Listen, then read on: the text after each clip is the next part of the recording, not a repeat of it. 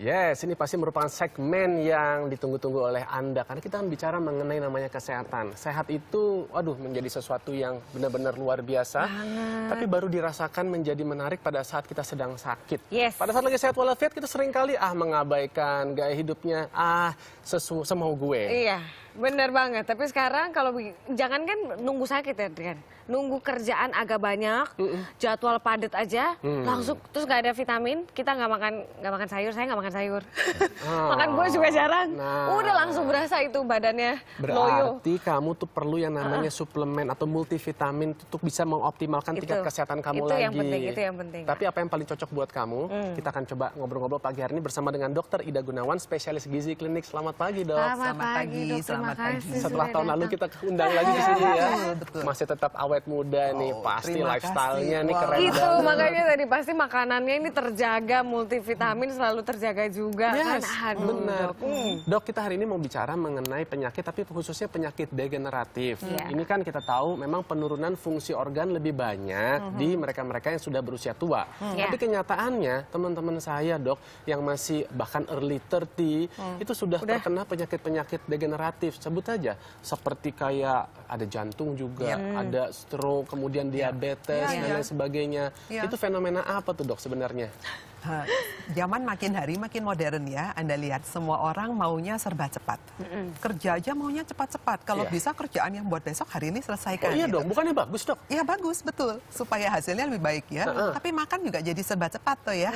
Nah kalau lamaan nggak maunya yang cepat saji. Yang sekali makan 2 teguk, 3 teguk selesai. Yang penting saya kenyang, saya mendapat kalori yang cukup. Nah isinya apa kalau seperti itu? Isinya pasti tinggi gula, karbohidrat ya. Paling gampang Anda lihat yang banyak dijual di luaran apa sih? Seperti burger, kemudian nasi dengan ayam goreng, itu yang paling digemari ya. Betul. Lalu banyak goreng-gorengan, makin crispy, makin enak. Nah sayurnya yang mana? Berapa banyak sayurnya? Anda bayangin kalau makan burger, sayurnya cuma selembar, sama tomatnya seiris, timun cuma sedikit.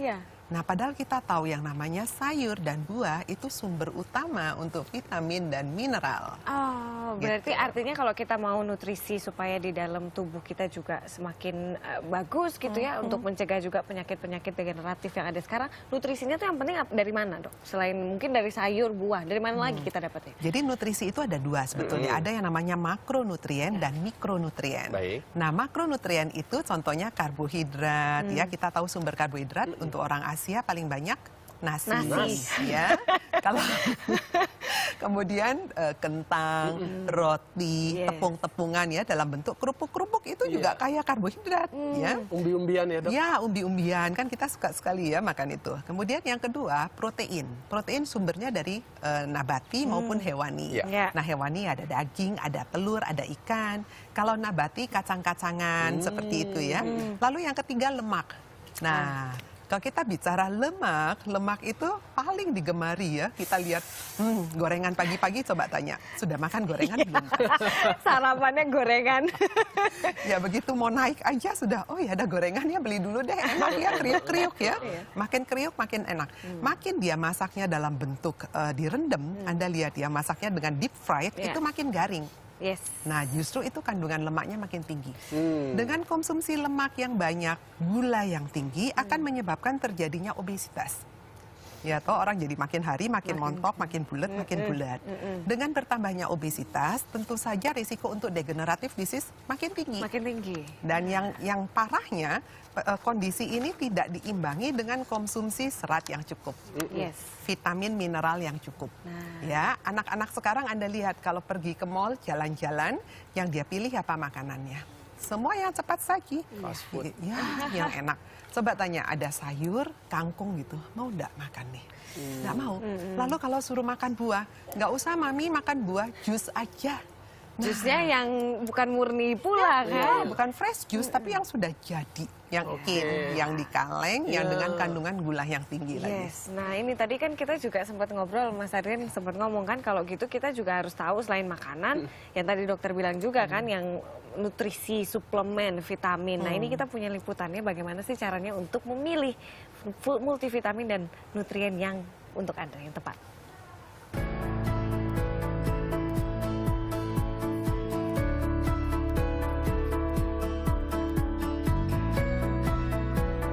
Usia muda kerap identik dengan pola makan tak beraturan. Padahal proses peremajaan sel tubuh yang berlangsung setiap hari membutuhkan asupan nutrisi mikro yang cukup.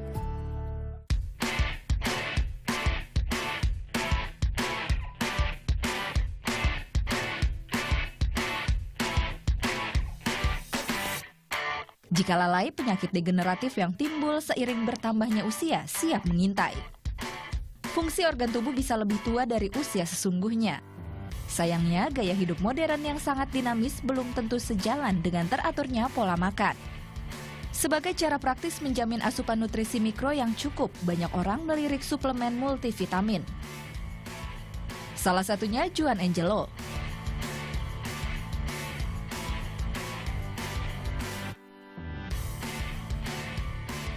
Saya pilih suplemen yang lengkap kandungan vitamin dan mineralnya. Kalau untuk hidup di zaman sekarang kan, mau sehat tuh nutrisinya harus cukup banget kan. Karena itu saya minum Renovit 1 kaplet aja setiap hari.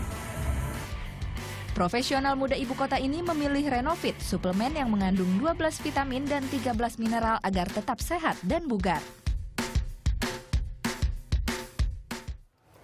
Nah, fit kayaknya ini pas banget ya Mas Adrian, berarti ambil vitamin terus tiap hari dong? Nah supaya itu dia kuat. nih, itu dia. Saya ini kan kalau fitness, gaya hidupnya udah oke, udah biasa kan. Tapi apalagi terutama lagi bulan puasa nih, saya memang merasa agak cenderung males nih dok untuk mengkonsumsi yang namanya tadi buah dan sayur. Kira-kira solusinya untuk bisa memenuhi kebutuhan mikronutrien saya atau nutrisi mikro saya apa? Ya, jadi prinsipnya kita harus kembali ke diet yang seimbang. Nah, kalau dari makanan kita tidak mencukupi, misalnya dalam kondisi puasa, pada orang-orang tua, atau mereka yang baru sembuh sakit, atau mereka yang kelelahan ya, eksekutif muda sekarang kerjanya sampai malam, kelelahan sekali, makannya tidak teratur, nah itu perlu ditambahkan suplemen dari luar, seperti itu ya. Tapi usahakan dulu dapat dari makanan biasa, makanan sehari-hari. Kalau tidak mencukupi, atau ada kondisi tertentu, baru kita tambahkan tambahan dari luar yang dikenal sebagai suplemen multivitamin maupun mineral tadi. Tapi artinya kalau kita mau pilih begitu kan yang sesuai dengan kondisi badan kita begitu. Apa sih dok yang paling cocok gitu? Apakah multivitamin itu cocok untuk semua orang dengan berbagai kondisi badan misalnya? Pemilihan suplemen multivitamin maupun mineral paling baik jika mengandung beberapa. Jadi jangan tunggal. Kan kita suka membaca, oh hanya vitamin C saja, atau hanya vitamin A saja, atau hanya vitamin B saja. Paling baik, alangkah baiknya jika ada A, ada B, ada C, kita kombinasi. Kenapa? Karena supaya di dalam tubuh, jika terjadi dalam tubuh reaksi vitamin, juga akan menyebabkan terjadinya reaksi pro-oksidan ya. Jadi mereka bisa saling menutupi. Sehingga hasilnya mendapat hasil yang kita inginkan, seperti itu. Dok, kalau kasat matanya saja deh orang awam untuk bisa mengetahui dirinya itu sebenarnya sedang kekurangan vitamin dan mineral. Apa yang dia rasakan? Yang paling mudah ada gejala yang jangka pendek ya, yang onset akut, ada juga yang lama, proses lama. Yang akut misalnya mulutnya sariawan. Ya, kita suka lihat, ini nggak kenapa-napa kok tahu-tahu sariawan, terutama lagi bulan puasa ini ya, di mana cairan kurang, makan juga begitu buka puasa masih kenyang, udah nggak kepengen makan karena terlalu lama puasa misalnya ya, kira-kira 12 jam. Makannya juga maunya yang manis enak dan aja. juga kolak-kolakan, air putihnya enggak. Nah, kondisi seperti itu terus membuat kita kadang kok lelah banget ya. Biasa saya bisa kerja sampai sekian jam, tapi sekarang kok bawaannya capek, ngantukan, seperti itu. Konsentrasi tidak bisa penuh ya. Nah, seperti itu.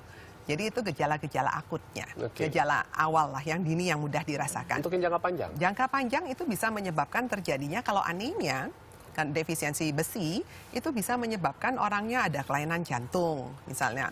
Kalau kekurangan kalsium, magnesium, fosfat, bisa terjadi osteoporosis. Nah, kekurangan vitamin antioksidan, vitamin A, vitamin B, ya, vitamin C, E, dan seterusnya, itu bisa menyebabkan degeneratif yang lain.